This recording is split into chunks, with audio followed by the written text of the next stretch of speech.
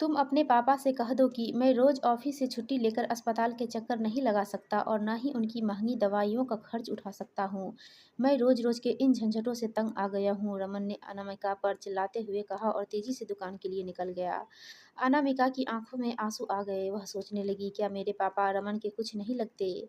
क्या रमन के अपने पापा बीमार होते तो क्या वह उनका इलाज नहीं कराता? क्या तब भी वह डॉक्टरों की फीस और दवाओं पर होने वाले खर्चों को ऐसे ही जोड़ता? जब मैं अपने ससुर को अपने पापा जैसा आदर दे सकती हूँ, उन्हें अपना पापा जैसा समझ सकती हूँ, तो रमन क्यों नहीं ऐसा कर पाता? मेरे पापा का मेरे सिवाय है ही कौन? क्या शादी के 15 सालों बाद भी यह घर मेरा नहीं है जिसमें मैं अपनी मर्जी से अपने पापा को रख सकूँ? अनामिका अपने माता-पिता की इकलौती संतान थी।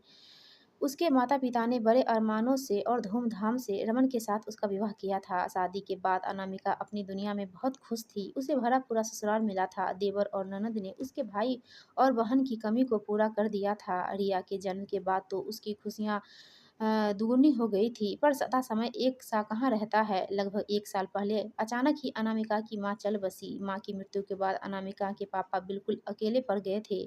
पूरी तरह बेसहारा हो चुके पापा को अनामिका अपने साथ ले आई थी। उनकी तबीयत भी ठीक नहीं रहती थी। हालाँकि पापा उसके साथ रहना नहीं चाहते थे, पर अनामिका अपने उस पिता को कैसे छोड़ देती जो उसके जन्मदाता हैं। अपनी उँगली पकड़कर चलना सिखाया था। शुरू में तो सब ठीक चल रहा था, परंतु कुछ समय बाद ही अनामिका की सास को छोटी-छोटी बातें बुरी लगने लगी थी। तुमने अपने पापा को चाय पहले क्यों दे दी? तुम्हारा पूरा ध्यान अपने पापा पर ही रहता है। मेरी पोती को अपने पापा से दूर रखा करो। पता नहीं उन्हें क्या बीमारी है। कब तक तुम्हारे पापा यहाँ रहेंगे? उन्हें किसी वृद्ध आश्रम में क्यों नहीं डाल देती? कब तक वे मेरे बेटे के पैसे पर ऐश करेंगे? पता नहीं और क्या-क्या। अनामिका जहर का घूँट पीकर रह जाती, पर उसे कोई उपाय न सूझता। रमन भी उसकी कोई बात न सुनता और अपनी माँ की ही हाँ में हाँ मिलाता। अब रमन भी उससे खिंचा-खिंचा भी रहता। आज भी रमन ने कितनी बड़ी बात कह दी थी। अनामिका को कोई रास्ता नहीं सूझ रहा था, क्या करे वह?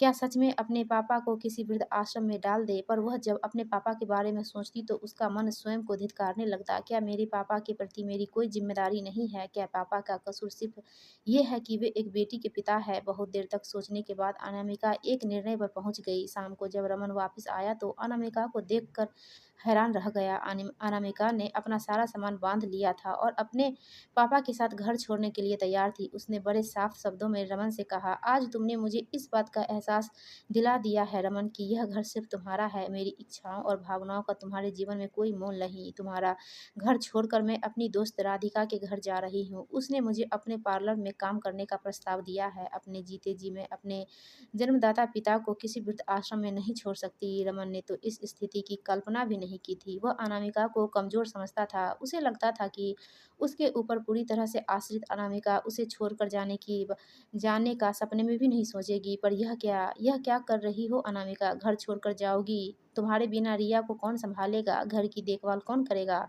रमन ने सकपकाते हुए कहा, सोच लो रमन, यदि तुम्हें रिया की माँ चाहिए तो उसकी माँ के पिता को भी पूरा सम्मान देना होगा। जहाँ मेरी और मेरे पिता का सम्मान नहीं, वहाँ मैं एक पल भी नहीं रहूँगी। जहाँ तक रिया की बात है, मेरी ममता मेरे आत्मसम्मान के आगे तुच्छ है। तुम सब मिलकर उसका अच्छा से ध्यान रखोगे, ऐसा मेरा विश्वास है। अनामिका ने दृढ़ शब्दों में रमन को जवाब दिया और अपने पापा का हाथ थामे दरवाजे की ओर बढ़ चली। मुझे माफ़ कर दो बेटा, मैं अपने पुराने विचारों के आवरण को हटा नहीं पा रही थी। आज मैंने तुम्हारी जगह अपने आप को रख कर सोचा तो मुझे एहसास हुआ कि मैं कितना गलत सोचती थी। आगे से मैं और तुम्हारे पापा अच्छे दोस्त की तरह रहेंगे। तुम कहीं मत जाओ बहू। अनामिका की सास ने बड़े प्यार से अनामिका को समझाते हुए कहा।